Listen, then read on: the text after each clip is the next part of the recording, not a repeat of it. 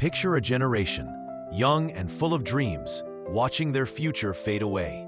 Imagine being 20 years old, seeing your peers leave their homeland to fight in distant wars, simply to earn money their own country couldn't provide. 1 in 5 young people had no job, no hope, and seemingly no voice. In Kathmandu, a young college student named Maya felt the weight of this silent despair. She scrolled through TikTok one last time, a fleeting glimpse into a world where a politician's son flaunted a new luxury car, a stark contrast to the struggles of her own classmates. Then, the government banned nearly every social media platform. It wasn't just about losing Instagram or Facebook. For Maya and millions like her, it was the final silencing of the only space where they could expose the truth about their corrupt leaders. On September 8, 2025, the simmering frustration boiled over. Maya joined thousands of young protesters, their school uniforms and college backpacks a poignant symbol of their youth, as they marched from Mightigar Mandala toward Parliament. They chanted for jobs, for justice, for a future that seemed impossible under the same rotating cast of 70-year-old politicians who had failed them for 17 long years. But instead of listening, the government responded with force. Water cannons blasted, then tear gas filled the air, and then something unthinkable happened. Police opened fire with live bullets on these young dreamers.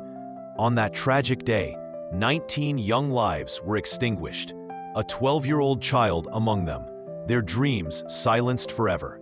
Maya watched her friend collapse beside her, blood pooling on the street where they had simply asked for the right to speak, to work, to live with dignity. The government had answered their peaceful plea with violence. The news of the massacre spread like wildfire, faster than any ban could contain it. The streets, already simmering with discontent, erupted. More people flooded the thoroughfares. The Prime Minister's residence, a symbol of their power, was engulfed in flames. Parliament, where their voices had been ignored for so long, burned. Ministers fled in helicopters as an entire nation's rage consumed everything. The former Prime Minister's wife died when protesters set their house ablaze. The finance minister was chased through the streets, beaten with shoes by citizens who had watched their children leave home in coffins, while politicians' children returned with designer bags. On September 9th, Prime Minister KP Sharma Oli resigned, but the victory felt hollow amid the smoke and ashes.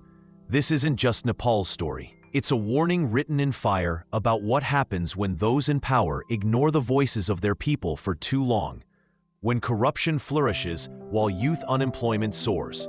When governments try to silence dissent instead of addressing the desperation that drives it. Maya's generation, the one dismissed as incapable, as worthless, had brought down a government.